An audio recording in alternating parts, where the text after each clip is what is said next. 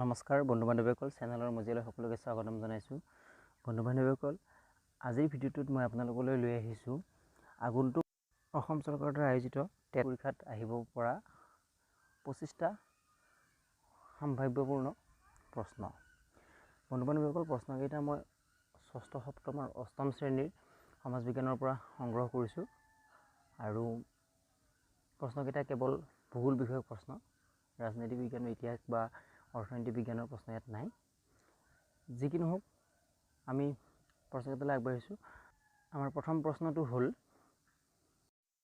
সৌৰজগতৰ কোনটো গ্ৰহ আন গ্ৰহৰ ওলোটাকৈ ঘূৰে? অৰ্থাৎ সৌৰজগতৰ কোনটো গ্ৰহ আন গ্ৰহৰ তুলনাত ওলোটা দিশত ঘূৰে? আমি সকলোৱে জানো সৌৰজগতৰ প্ৰতিটো গ্ৰহই সূৰ্যক কেন্দ্ৰ কৰি পশ্চিমৰ পৰা পূবলৈ প্ৰদক্ষিণ কৰে বা ঘূৰি থাকে। কিন্তু ইয়াত শুক্ৰ গ্ৰহই কি কৰে? সূৰ্যক কেন্দ্ৰ কৰি ওলোটাকৈ ঘূৰে, অৰ্থাৎ পূবৰ পৰা পশ্চিমলৈ ঘূৰে। গতিকে ইয়াত আমাৰ শুদ্ধ উত্তৰটো হ'ব শুক্ৰ। ইয়াৰ পিছৰ প্ৰশ্নটোলৈ আমি আগবাঢ়িছোঁ। আৰু প্ৰশ্নটো হৈছে, সাঁতুৰিব নোৱাৰা সাগৰীয় প্ৰাণীবোৰ হ'ল ডেছ প্ৰজাতিৰ? নেক্টন, বেন্থছ, প্লেংকটন এটাও নহয়। সাগৰীয় প্ৰাণীবোৰ যিবোৰ প্ৰজাতি, সাগৰীয় প্ৰাণীবোৰৰ 3টা প্ৰজাতি আছে, নেক্টন, বেন্থছ আৰু প্লেংকটন। আৰু সাঁতুৰিব নোৱাৰা প্ৰজাতিটো হৈছে প্লেংকটন, আৰু যাক আমি প্লাবক বুলি জানো। ইয়াৰ পিছৰ প্ৰশ্নটো হৈছে, এক দ্ৰাঘিমাংশৰ অন্তৰত সময়ৰ ব্যৱধান কিমান? ইয়াত 4টা অপশ্যন দিয়া আছে, 4 মিনিট, 6 মিনিট, 8 মিনিট আৰু 9 মিনিট। এক দ্ৰাঘিমাংশ মানে হৈছে দ্ৰাঘিমাকাৰ যিটো অক্ষাংশ, সেইটোকে কোৱা হয় দ্ৰাঘিমাংশ। আৰু দ্ৰাঘিমাংশৰ ব্যৱধানৰ ভিত্তিতে আমাৰ স্থানীয় মানসমূহ নিৰূপণ কৰা হয়। গ্ৰীণউইচ মিন টাইমৰ লগত ইয়াক ওলোৱা হয়। আৰু ভাৰতীয় এক দ্ৰাঘিমাংশৰ অন্তৰত সময় ব্যৱধান হৈছে 4 মিনিট।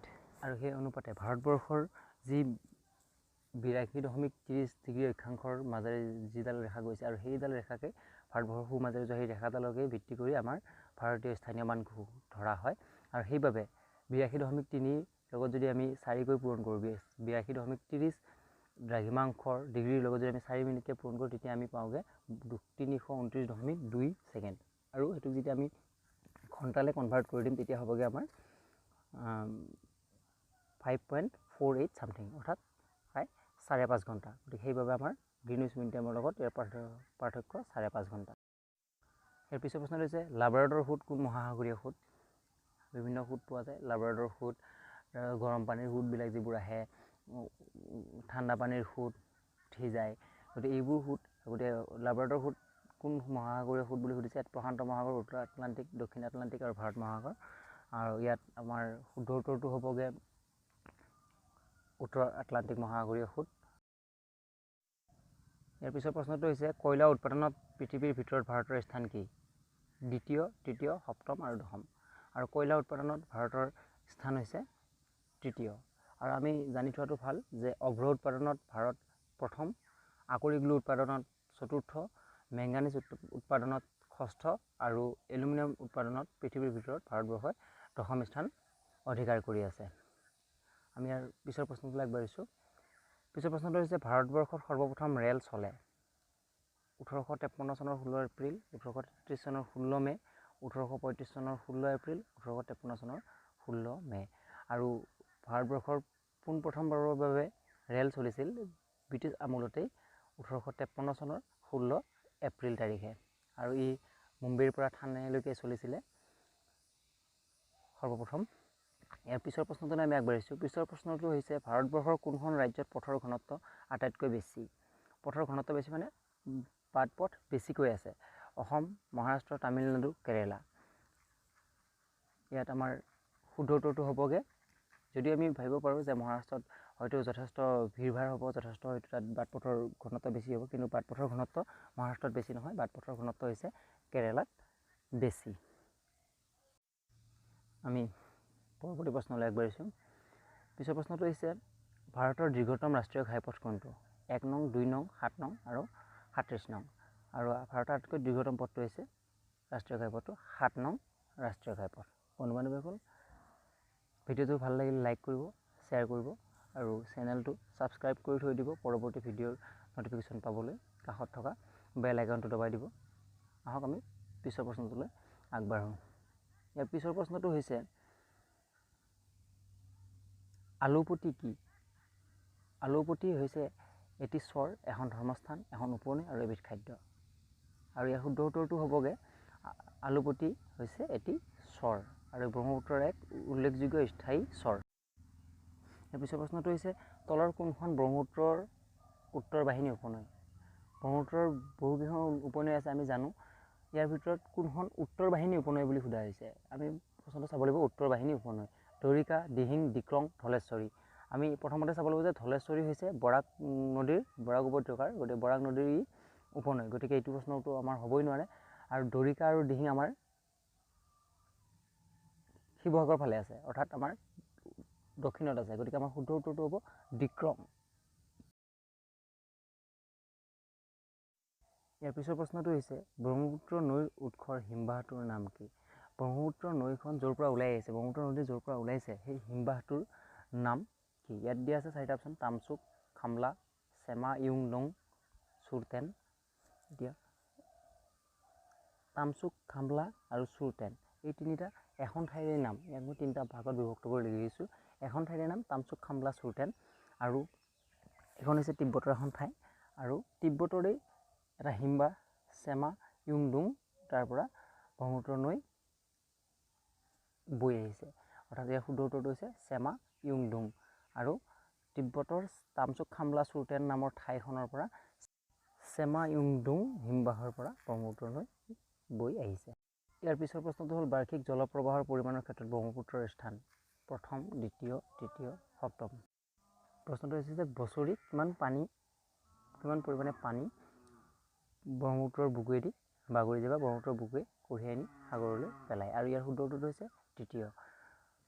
বিশ্বৰ প্ৰথম আমাজন আৰু দ্বিতীয় কংগুৰ পিছত ভাৰতবৰ্ষৰ ব্ৰহ্মপুত্ৰৰ স্থান হৈছে তৃতীয় বাৰ্ষিক জলপ্ৰবাহ পৰিমাণৰ ক্ষেত্ৰত, আৰু বাৰ্ষিক প্ৰায় 70ৰ পৰা 80% পানী এই বুকুৰ মাজেৰে প্ৰবাহিত হয়। ইয়াৰ পিছৰ প্ৰশ্নটো হৈছে আটাইতকৈ কম কঠিনতাৰ মাণিকবিধ হৈছে গেলেনা, অৰ্পিমেণ্ট, টেল্ক, বিস্মাথ। মাণিক হৈছে গেলেনা, অৰ্পিমেণ্ট, টেল্ক, বিস্মাথ আটাইবোৰ একোটা মাণিক, আৰু হীৰা আমি জানোৱেই, হীৰা আটাইতকৈ কঠিন মাণিক হয়। আৰু ইয়াত আমাক সুধিছে আটাইতকৈ কম কঠিনতাৰ মাণিক, খুব ঠুনুকা মাণিক কোনটো, আৰু ইয়াৰ শুদ্ধ উত্তৰটো হ'ব টেল্ক। গেলেনা, অৰ্পিমেণ্ট এইবোৰ হৈছে ধাতৱীয় মাণিক, আৰু বিস্মাথ হৈছে অধাতৱীয় মাণিক, আৰু টেল্ক হৈছে আটাইতকৈ কম কঠিনতাৰ মাণিক। পিছৰ প্ৰশ্নটো হ'ল লু কি? লু কি? লু বুলি ক'লে আমি ইগলু এনেধৰণে আমাৰ মনত এটা ভাৱ আহি যায়। যিহেতু ইয়াত 4টা অপশ্যন আছে, বৰফৰ নদী, স্থানীয় বতাহ, নদীৰ মধ্য অংশ আৰু হিমবাহ অঞ্চল। যদিও বৰফৰ কথা মনলৈ আহি যায় লু মানে, কিন্তু লু মানে প্ৰকৃতত বৰফৰ নদী নহয়। লু মানে হৈছে কোনো এটা নিৰ্দিষ্ট স্থানত বলা স্থানীয় বতাহ। কোনো এটা কাৰণত, কোনো এটা স্থানত, কোনো এটা সময়ত নিৰ্দিষ্ট কিছু বতাহ বলে, আৰু সেই বতাহক আমি লু বুলি জানো, আৰু ভাৰতবৰ্ষৰ উত্তৰ অঞ্চলত এনেধৰণৰ ঘটনা দেখিবলৈ পোৱা যায়। ইয়াৰ পিছৰ প্ৰশ্নলৈ আমি আগবাঢ়িছোঁ।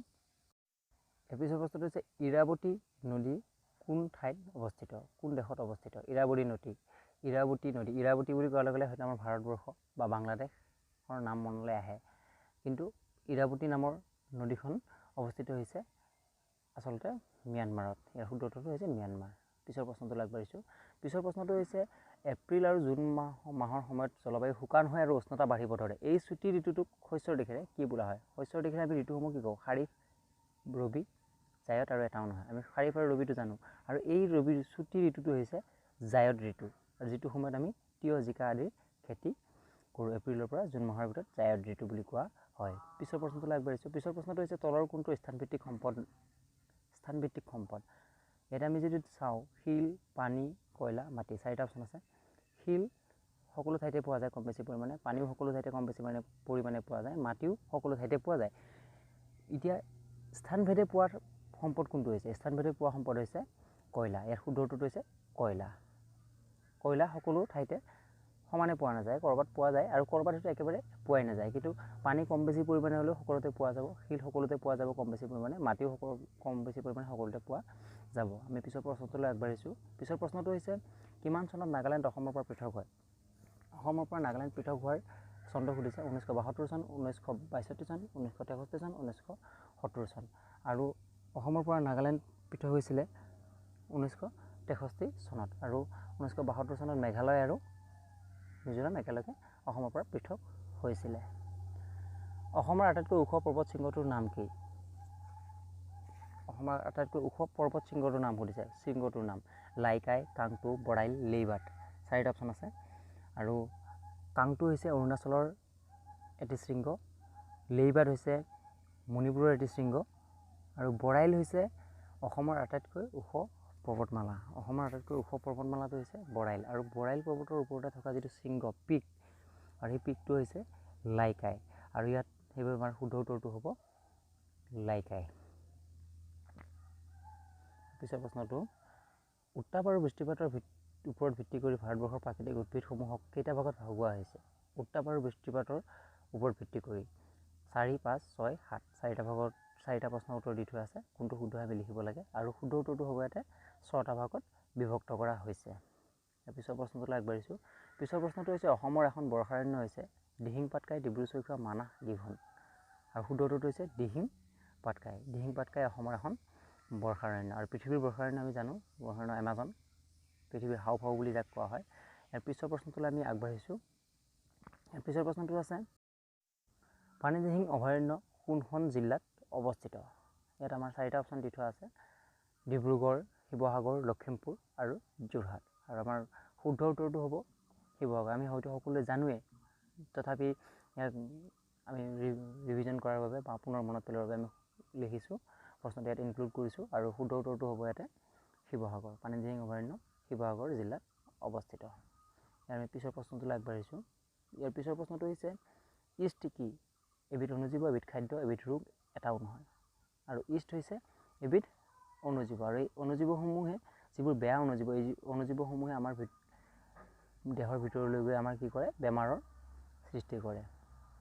আৰু ইষ্ট যেনিবা অপকাৰী অনুজীৱ নহয়, অপকাৰী অনুজীৱেহে আমাক বেমাৰৰ সৃষ্টি কৰে। ইষ্ট অপকাৰী অনুজীৱ নহয়, ইষ্ট আমাৰ উপকাৰী অনুজীৱ বুলি ধৰিব পাৰি। ইয়াৰ পিছৰ প্ৰশ্নটো হৈছে আশাৰকান্দি নামৰ ঠাইডোখৰ কিহৰ বাবে বিখ্যাত? অসমৰ বৰাকভেলীত আছে আশাৰকান্দি নামৰ ঠাই এডোখৰ, আৰু এই আশাৰকান্দি নামৰ ঠাইডোখৰ কিহৰ বাবে বিখ্যাত? মৃৎশিল্প, কুটীৰ শিল্প, বাঁহ বেতৰ কাম আৰু বয়ন শিল্প। আৰু শুদ্ধ উত্তৰটো ইয়াত হৈছে মৃৎশিল্পৰ বাবে বিখ্যাত। মৃৎশিল্প মানে অৰ্থাৎ মাটিৰ বাচন বৰ্তন বনোৱা। ইয়াৰ পিছৰ প্ৰশ্নটো হৈছে কাইকুট্টিকালি আৰু ভেলুমকালি নাও খেল ভাৰতৰ কোন ৰাজ্যত অনুষ্ঠিত হয়? কাইকুট্টিকালি নাচ আৰু ভেলুমকালি নাও খেল এটা অনুষ্ঠানৰ লগত জড়িত। আমাৰ যেনেকৈ বহাগ বিহুৰ লগত জড়িত হৈ পেলাই বিহু ডান্স হয়, ঠিক তেনেকৈ কাইকুট্টিকালি নাচ আৰু ভেলুমকালি নাও খেল ওনাম উৎসৱৰ লগত জড়িত এখন অনুষ্ঠান। ওনাম নামৰ যিটো উৎসৱ তাৰ লগত জড়িত। আৰু ইয়াৰ শুদ্ধ উত্তৰটো হ'ব কেৰেলা। আৰু কেৰেলাত ওনাম উৎসৱৰ লগত জড়িত কৰি অৰ্থাৎ সংগতি ৰাখি কাইকুট্টিকালি নাচা হয়, আৰু ভেলুমকালি নাও খেল অনুষ্ঠিত কৰা হয়। যিকি নহওক আজিলৈ ইমানেই। ধন্যবাদ। জয় অসম।